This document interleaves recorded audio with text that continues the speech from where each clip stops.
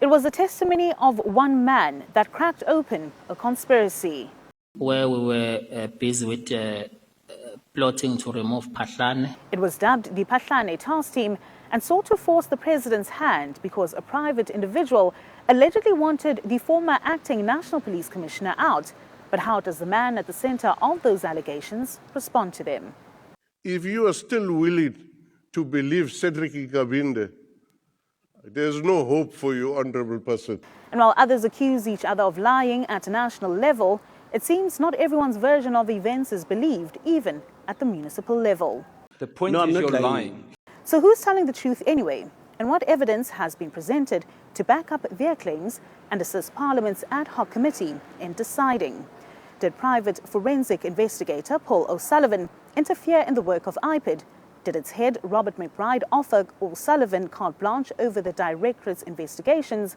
Was Julius Mkhwanazi, the suspended deputy chief of the Ekurhuleni Metro Police Department, acting as a perfect conduit for suspected criminal mastermind Vusimuzi Cat Matlala in the EMPD? These are all the questions the inquiry is tasked with answering, as they spent yet another week trying to get to the heart of the allegations of criminal infiltration and political interference in the criminal justice system.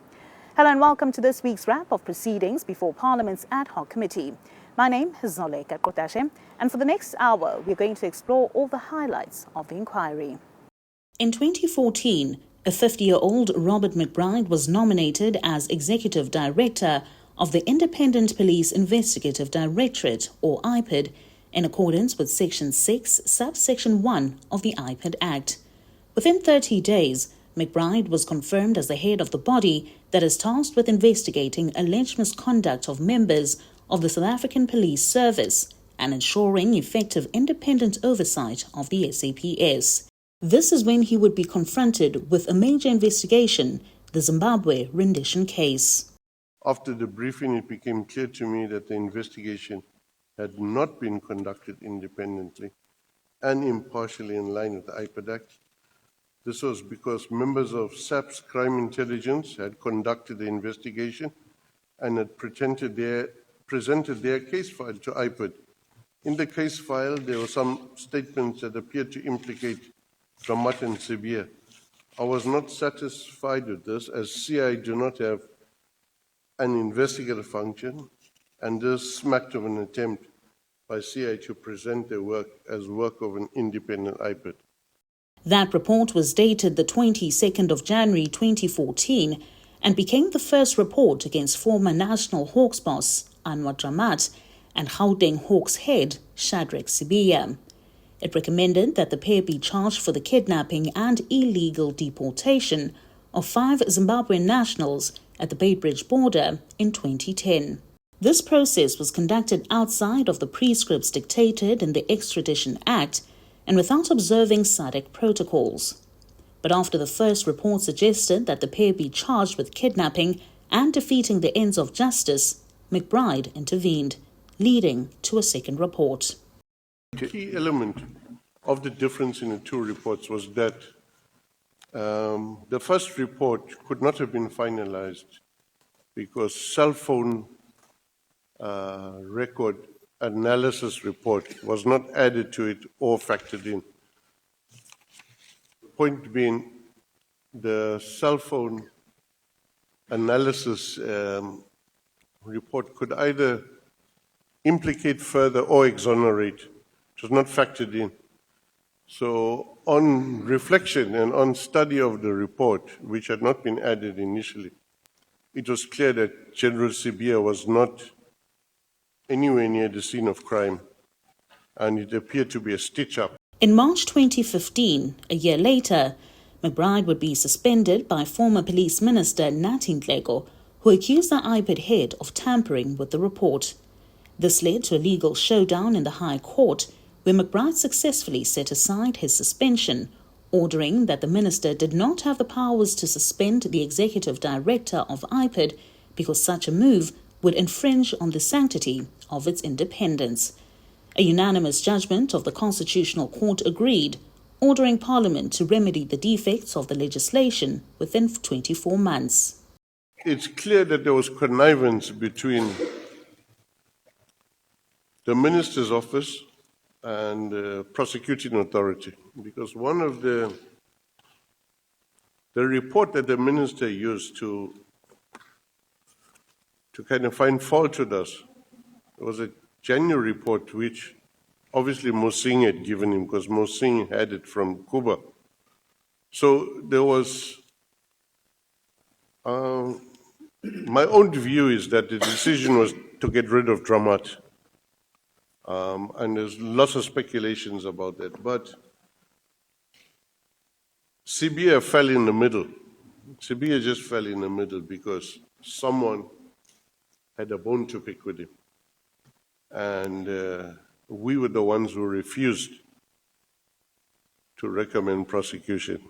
But why would instability rock IPID at this stage? What was at stake?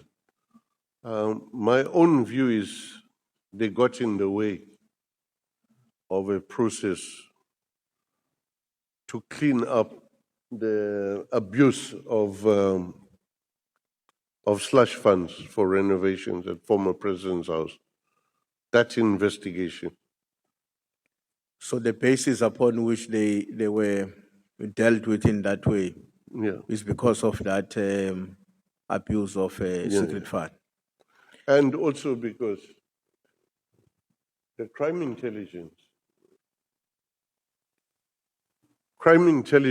are the people who made the statement against Sibia. So Sibia got knocked out. So they brought a former cop from the old system, Nhlanhla, put him in charge of DPCI, and he had no clue about what independence and investigations mean. He was the bully. He did whatever he wanted. McBride's statement was only 30 pages, yet transcended through decades. After the break, he takes us to 2016, where he returns to IPID and explains why Cedrick Nkabinde says it was during this time that Paul O'Sullivan allegedly stretched his tentacles in the system. Stay with us. Thanks for staying with us as we cast our minds back to 2016. Robert McBride's suspension is lifted and he resumes work as the IPID chief.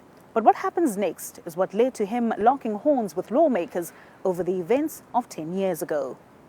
When Robert McBride returned to the helm at IPID, he says he found the institution in disarray. General Israel Khamanyane had been in the position and simply left when McBride returned.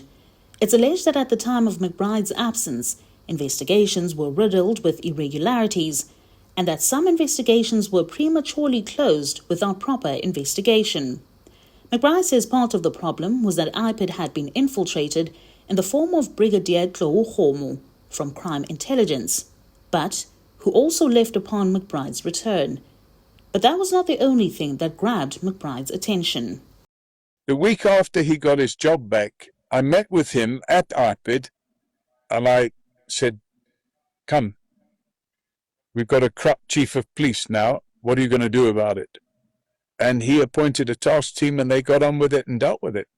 Cedrick Nkabinde, an official within IPID since 2010, would form part of the task team after a recommendation from another IPID investigator, Nhlanhla, and the goal, according to Nkabinde, was clear. I think it was a year 2017 where we were busy with plotting to remove Phahlane. He was an acting national commissioner. The main reason, Paul O'Sullivan wanted McBride to become a national commissioner. So we were targeting everyone who occupied that seat. And soon, in that same year, Phahlane would be suspended by former police minister Fikile Mbalula. I sat with them on a regular basis and gradually handed over all the evidence that I had gathered over the previous year in order to leapfrog them into the position where they were then able to go after Phahlane. And Phahlane, as you know, was arrested and charged with corruption and is still on trial now. And that was Paul O'Sullivan, by the way, that put all that together with IPID. Of course, I put it together and gave it to IPID. I don't have a power of arrest. I can't go knocking on Phahlane's door and arrest him. IPID had to take that over. McBride does not dispute the existence of a task team, but says it operated for reasons other than those outlined by Nkabinde. There were two main issues. The first one was a purchase of defective investigative equipment. So instead of specialized brushes to dust the fingerprints, it was like paint brushes. The paint brushes actually wipe off the fingerprint. So and also the chemical, something was wrong with the chemical. So there are a number of issues. A lot of that is contained in, I think, in the exhibits, I'm not sure. But, and then also that at the forensics lab where Phahlane was, and this is, the complaints are emanating, I think, from even before I arrived at IPID. So it involved exhibits going missing, like rhino horn, narcotics, illegal narcotics, going missing, and instead of, and some of those narcotics, according to the allegations, found their way onto the streets. And when they were on the streets, it was marked destroyed. That was more or less the complaint. So so the complaint involved first I think it's a Colonel Monsami, I'm not sure of the surname, and then pop crew members, and also Paul O'Sullivan had laid a complaint. Phahlane says O'Sullivan took the lead in the investigations against him and alleges that his safety was often compromised. I received a telephone call from Mr. 62, I'm on page 62, Mr. Fractere Blanche, the building contractor, who informed me that he was approached by people who told him that they were conducting an investigation on the building of my house in Sable Hills. He indicated that 4 people, a white male, a white female, and 2 African males had approached him at the crèche in Sinoville where his wife was rendering services.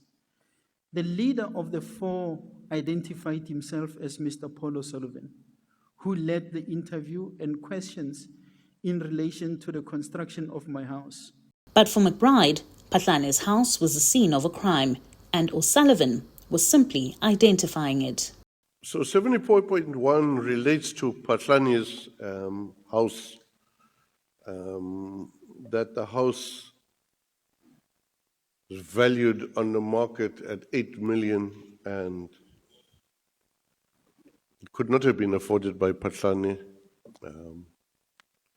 but also that there was initial reports that Phahlane had received money from a company called Criminalistics and also investigating vehicles in Phahlane's possession, which according to him were either purchased, owned by him, or sponsored for the use.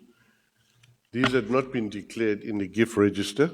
A case for impersonating an IPID official was registered against O'Sullivan. However, it was McBride who appeared at some point to associate himself with Phahlane, warning him of other detractors. On the 5th of June, my wife and I were attacked by 3 gun-wielding men while at a spa in Duncanville, Johannesburg. I remain grateful to the Almighty that we survived the attack, even though we sustained some injuries during the unfortunate incident. Following the attack on 5th June at about 1934, the first person who called me was Robert McBride. Robert McBride sent me a text message via WhatsApp which read, "Just heard. Sorry about that. Let me know if you need help. Offer still stands." Which offer still stands? I responded at 19:30 to his message as follows: "Noted, with appreciation, kind regards." That's where I left it. I was taken aback months later in 2017 when I found out that it was Robert McBride who obtained a copy of the CCTV camera footage and recordings of the attack, forwarded it to Paul O'Sullivan's assistant Sarah Jane Trent, and Peter Louis Meyberg, who circulated such via YouTube with distorted reporting to the media. McBride is adamant that requesting the assistance of a private citizen in the form of resources and information does not equate to interference. You said they were providing you with information. You even sent Sarah Jane messages asking her to scrutinize and get details on people's bank accounts, get details on people's credit history, their status, everything. No. You said earlier on that they had forensic capabilities that SAPS didn't have. Yes, and so credit information is not... It's something SAPS cannot do. I'm not in SAPS. I was not in SAPS. So Sarah Jane and Paul O'Sullivan are the people doing that for you in IPID? You don't have access to credit information. Credit information gives you everything, and it's not illegal to get credit information. But according to MPs, this relationship was more than professional. You rolled out the red carpet to Mr. Paul O'Sullivan. Sarah Jane was the in-between, where she would get information to you and say, don't call Paul so that it doesn't reflect. And you would say to her, don't worry, I've got it covered, I've deleted the information. Yeah. So what information was that, and where did you get that from? Doesn't matter where I got this from. You are meant to answer my questions, not ask where I've got this information from. Because this shows here that you had a romantic affair with Miss, and your pet name for her was Klippity Klop. That was your romantic name for her. And you would meet and share information on SAPS dockets. You would share with the two of them. No, I didn't. I've got it here. I'm going to, for record purposes, I will provide this to all the members. I will share it on the group. Yeah, that's fine. It cannot be fine, sir. You have allowed dodgy individuals to infiltrate SAPS, to run meetings. For lawmakers, McBride's conduct compromised the independence of the institution. Why are you allowing someone who's not employed by IPID to do your job? For me, from where I'm sitting, you gave Paulo O'Sullivan IPID on the silver platter. So far, the committee has heard claims of clandestine task teams and engineered removals to counter allegations of corruption, compromised investigations, and unlawful collaboration between state institutions and private individuals. When we return, we unpack what McBride had to say not only about Nkabinde, but also about KwaZulu-Natal Police Commissioner Nhlanhla Mkhwanazi. Don't go anywhere. Welcome back as we continue dissecting McBride's testimony, the man who led IPID during a politically volatile period and painted a picture of an institution under siege. He testified that the interference he experienced was neither accidental nor isolated, but rather part of a broader pattern aimed at neutralizing investigations that threatened powerful interests in the SAPS. Central to McBride's testimony were his claims of corruption, and key to that alleged corruption is KwaZulu-Natal Police Commissioner Lieutenant General Nhlanhla Mkhwanazi. McBride alleges that Mkhwanazi sought to involve himself in investigations that fell squarely within IPID's mandate, particularly during probes involving former acting National Police Commissioner Khomotso Phahlane. From my time at IPID, I'm aware of an incident, it should be incidents, there's a few of them, where General Mkhwanazi played an undue and prosecutable role in trying to disrupt and scuttle IPID's investigation into General Phahlane with Brigadier Khomotso of Crime Intelligence and others. To that end, I attach an effort by Matlala, marked RJM 3A. Matlanga's affidavit deals with his personal knowledge of interference by SAPS members. I pause to mention that Matlala was subsequently murdered in 2020 after filing this statement, which was also going to be used in a disciplinary proceedings against Khomotso. It was during this time that McBride was purportedly investigating what became known as the I-View 3 case involving the procurement of bulletproof vests. According to allegations, The bulletproof vest procurement was inflated in a move to procure more vests at inflated prices. Apparently 1,000 were purchased, but Ibn Kistia, that name again, was involved in the procurement of the excessively expensive bulletproof vests. And initially 1,000 were bought, but because of the inquiry had started, no other purchases were made. And that involved a Paris trip and bags. But the bag is the least of the gratification. Gratification usually takes place when you have excessive cost per unit on any item, whatever it is. According to McBride, that was not the only instance in which he would encounter or hear about Mkhwanazi. General Mkhwanazi was a close friend of the Matlala family. He was very close to Nhlanhla. They attended soccer matches together. And when Nhlanhla was shot at the first time, after receiving all the threats, General Mkhwanazi was first on the scene. When Nhlanhla was murdered at his small holding, the first person outside the small holding to be on the scene was General Mkhwanazi. Yet General Mkhwanazi does not mention or take the committee into confidence of completeness. In both this inquiry and the Matlala, he understates his knowledge of Matlala. Furthermore, he does not attend the funeral of Matlala, even though he's a close family friend. So I find it a bit strange. Mkhwanazi's conduct surrounding Matlala's murder raised questions for McBride. The provincial commissioner's presence at the crime scene, contrasted with his absence at Matlala's funeral, struck him as unusual. And as McBride raised these concerns, he also shared this information with the committee. Phahlane and Mkhwanazi are very close. Mkhwanazi looked after Phahlane, and in an attempt to disrupt the investigation. He was in HR. What's he doing inquiring about investigations? Matlala was one of the investigators in the Phahlane Task Team, and McBride says the alarm bells were rung prior to Matlala's assassination. By 2017, early, he tells me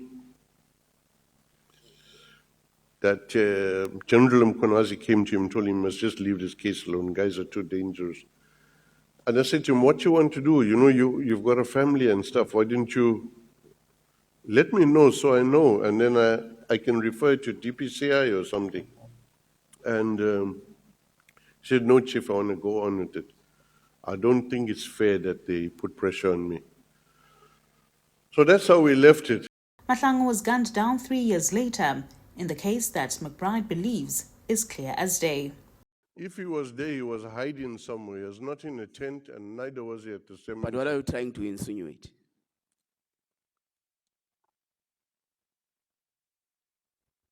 With that statement alone, what are you trying to insinuate? You even go to an extent of saying General Mkhwanazi was in the scene whilst he is in HR. What are you trying to insinuate with that statement? Oh, it's just an inconsistency, sir. Just a big inconsistency. It's something that any investigator worth their salt would question. And years later, McBride still carries the same views about Mkhwanazi, labeling him as unethical. Why I say paramilitary show of force? That's his own words at Matlala. Show of force against what? Against a constitutional order. That is you guys. That's what a show of force is, to intimidate all of you, to intimidate the executive. That's what it's about, the show of force. If you had a problem, you can go to court like the rest of us go to court. But before McBride took the reins in IPID in 2014, he was the executive head of the Ekurhuleni Metro Police Department between 2003 and 2008. This is where McBride met Julius Mkhwanazi. After the break, we look into this familiar name and what he had to say before Parliament's fact-finding body. Julius Mkhwanazi is a name with which South Africans have grown familiar, but not for the right reasons. When he appeared before the Commission of Inquiry, investigating allegations of criminal infiltration and political interference in the criminal justice system, it wasn't only the liters of water he consumed that grabbed the country's attention, it was also his apparent thirst for power in the Ekurhuleni Metro Police Department, and his relations with Vusimuzi Cat Matlala piqued the nation's interests. Mkhwanazi's history in the EMPD is an interesting one, particularly between May 2024 and September 2025, when he acted in several senior positions in the department. These acting stints would be anything from 2 weeks to a month and changed quite rapidly. His career in the service began in 2002, but it was in 2020 that an alleged unexpected opportunity would signal the beginning of his woes. Who is Mr. Van Wyk? I came to know Mr. Mike Van Wyk late 2020. I had COVID-19, then when I came back within a month, I think within a month or two, I was approached by my members, EMPD members who work for committeeizing unit, that there's a person by the name of Mike Van Wyk who is responsible for Medicare 24.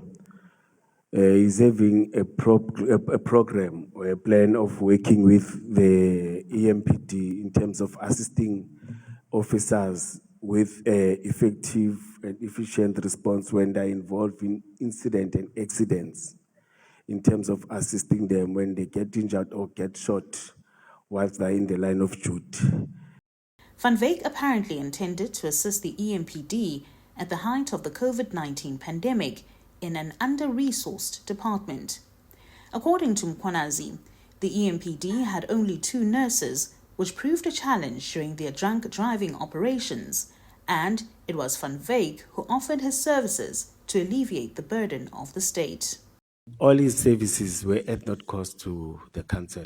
There was no cost.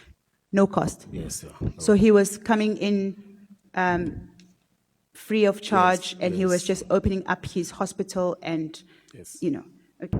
Finally, in 2021, 2022, let me say late 2021, 2022, Mark van Wyk further assisted the Metro Police trainees, we call them cadets, but you can say trainings, with making copies of exam, past papers, preparing for exam at no additional cost to the city, using his photocopying machines as well as his own edition, as well as his own paper at the clinic. There's a paragraph that's a chap. Or exam at no cost or at no additional cost to the city, using his photocopying machine as well as his own paper at the clinic. I'm informed that it cost Mike an amount of around 300,000. That's what he told us, that after assisting us in terms of, after assisting the training division, the students, with photocopying, it was photocopying, binding of document, then it cost 300,000 to provide the service. This service was initiated after the trainees complained using various platforms, including the media, political parties, even to myself and Director Qodashe, who was in charge of training. The complaint related to duration. They started at the college, which was more than 2 years. They felt the department was doing nothing. 2019, we had recruitment.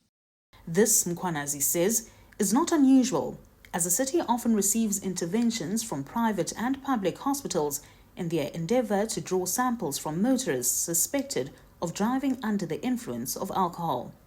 And often, Mkhwanazi says nurses from public institutions are reluctant to lend a helping hand due to their own lack of capacity, which leave the hospitals shortchanged, and an unwillingness to testify in court.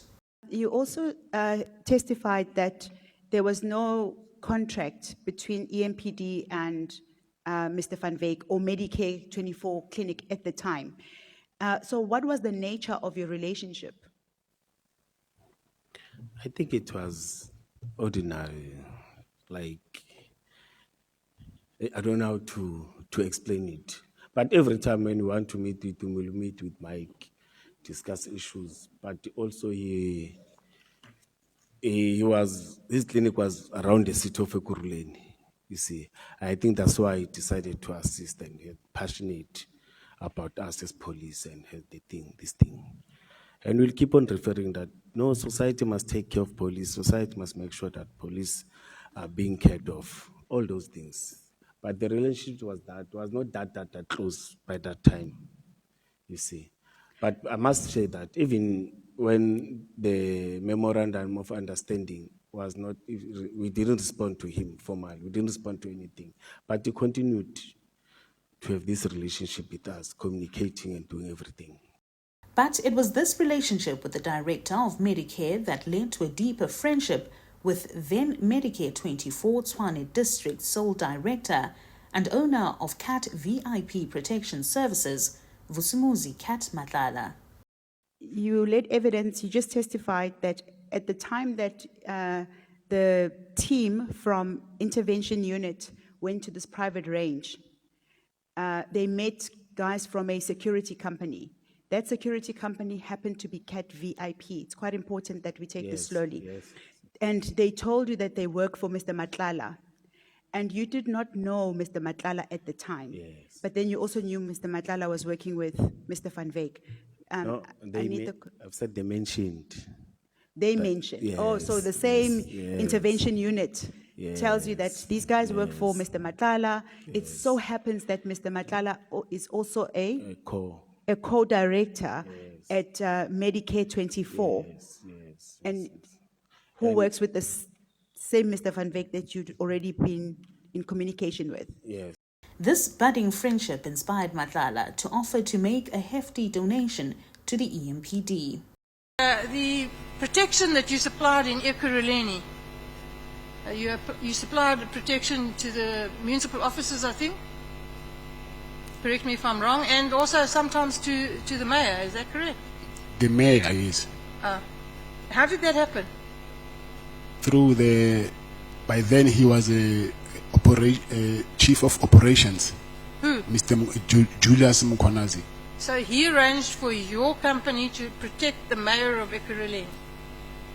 Yes. And did you get paid for that? No. Did it free? Yes. Now that's not a very good business model. It is. Okay. You donated vehicles to the Ekurhuleni Metro Police? Yes, I did. Why? Like I said before, I wanted to do medical response for them. So I did that as to show good faith. Yeah. How many vehicles? Four. 4 vehicles. Yes. What kind? It was 2 BMWs, 1 Mercedes, 1 VW Golf GTI. But Mkhwanazi was clear their friendship did not influence his official decisions. No blue lights and branding that was done or authorized on related work to be carried out. I did not grant any authorization on the alleged work as it is widely circulated. The vehicles were still in the initial stages of being processed for donation as per the letter of intent to commit to the city of Ekurhuleni, which was requested by the proxy. We've got one proxy as the city. He's responsible for all the city's fleet. Whether it's 20 department, 21 department, whether it's 60, 70 vehicles, he's the only one who's authorized to buy, to register, to brand, to put blue lights for EMPD, and to put red lights for emergency and everything. Mkhwanazi argued that the allegations have roots in internal departmental politics, claiming rivals sought to undermine him, and this argument did little to shield him from suspension in 2023. I'm getting charged because the intention in that memorandum of Matlala, it was also to donate a chopper. Not to donate, but to sponsor a chopper that will assist in terms of emergency or when we are responding in terms of crimes and other things, you see. And I'm charged for that. But after I'm being charged, they are doing the same thing too. EMPD doesn't have a chopper. Him, the chief of police, Revo Peace, and Ivan du Plessis, they go somewhere, they get the chopper from private company. They brand it I've also confirmed with the fleet. Said I don't know anything about. I'm the one who's branding cars. The chopper is branded. As you see photos, EMPD. I'm the director of specialized services. This K9 unit reports to me. I'm not aware about them and up until somebody sent me this photo. Are you aware about this? I say I'm not aware about this. You see, they are getting a photo, branding it the way Matlala wanted to do it. They said it's wrong. They charged me. They disciplined me. I was suspended for nothing. But Matlala testified differently when members of the committee descended on Hoshi Mampuru Correctional Facility to hear his side of the story last year. According to Mr. Matlala's evidence that he gave, he says that the vehicles were in the city's possession for a period of time. No, it's the documents that were in our possession. His evidence is that the vehicles were with the city. What, do you have a comment to that? No, we never received the cars. Okay. What documents were with the city? The papers, the ID copies of the owner of the vehicles. In fact, the documents that confirm that this car belongs to that person. What was the purpose of those papers being with the city? The proxy was registering them to the city. Yes. For the purpose of donation? Yes. And because he wanted the letter of intent to donate, we received ID numbers and everything, confirmed that they belong to him.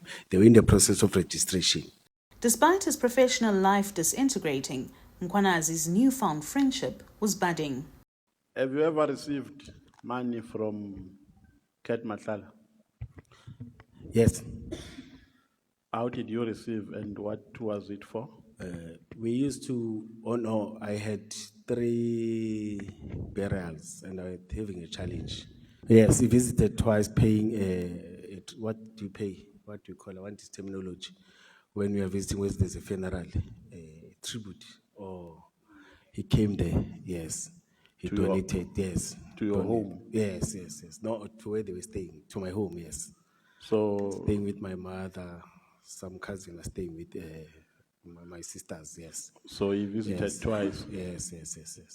But on the other one, he was there at the funeral, physically there at the funeral.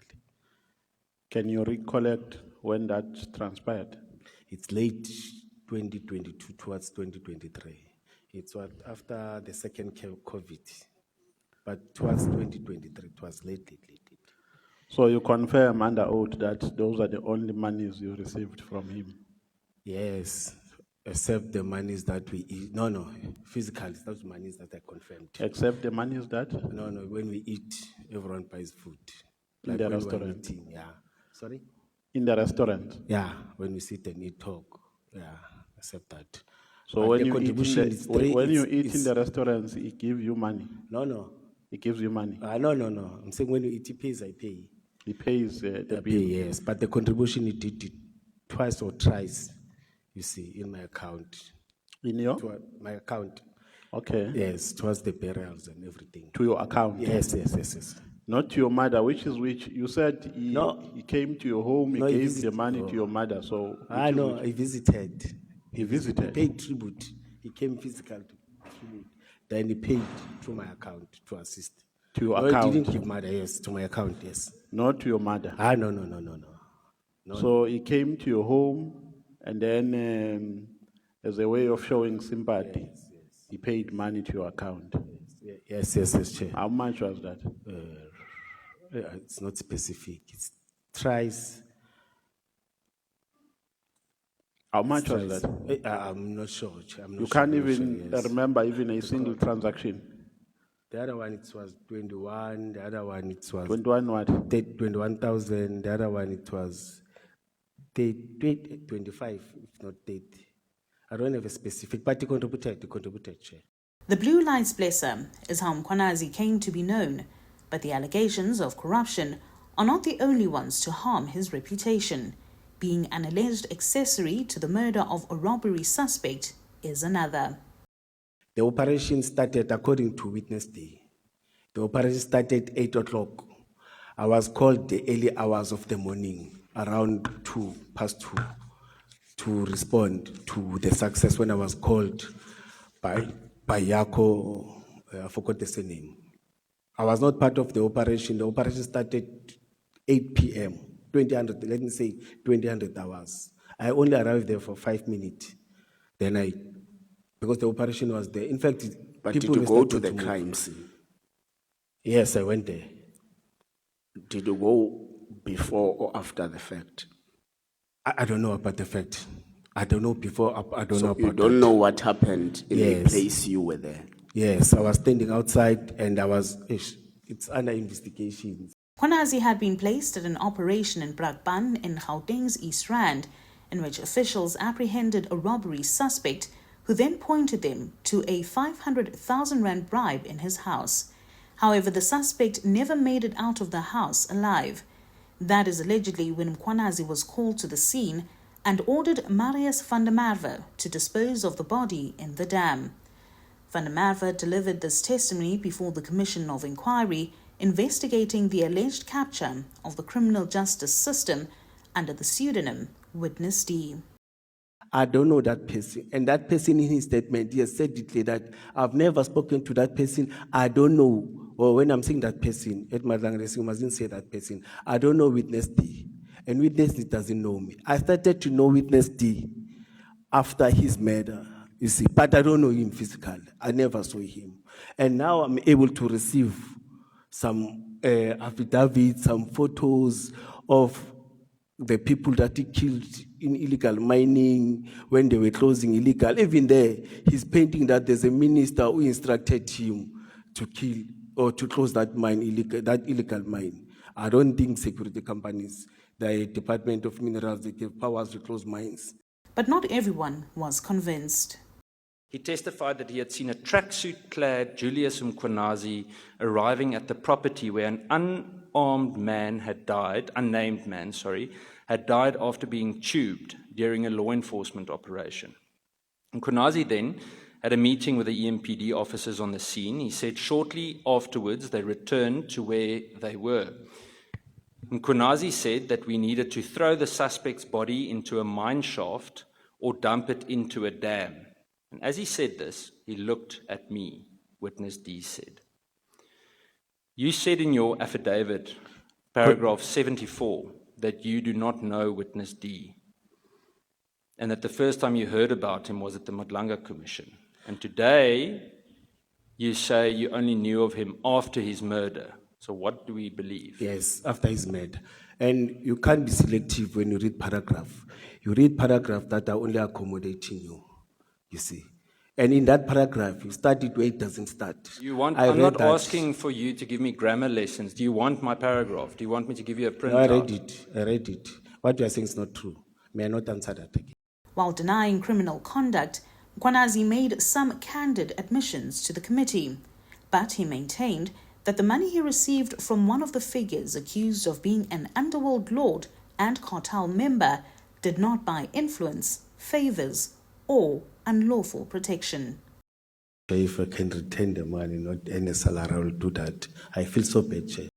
The question now is whether this moment of reckoning will be enough for Julius Mkhwanazi, a man who insists that his relationship with Vusimuzi Cat Matlala has since been severed, but whose testimony has left Parliament grappling with far more questions than answers.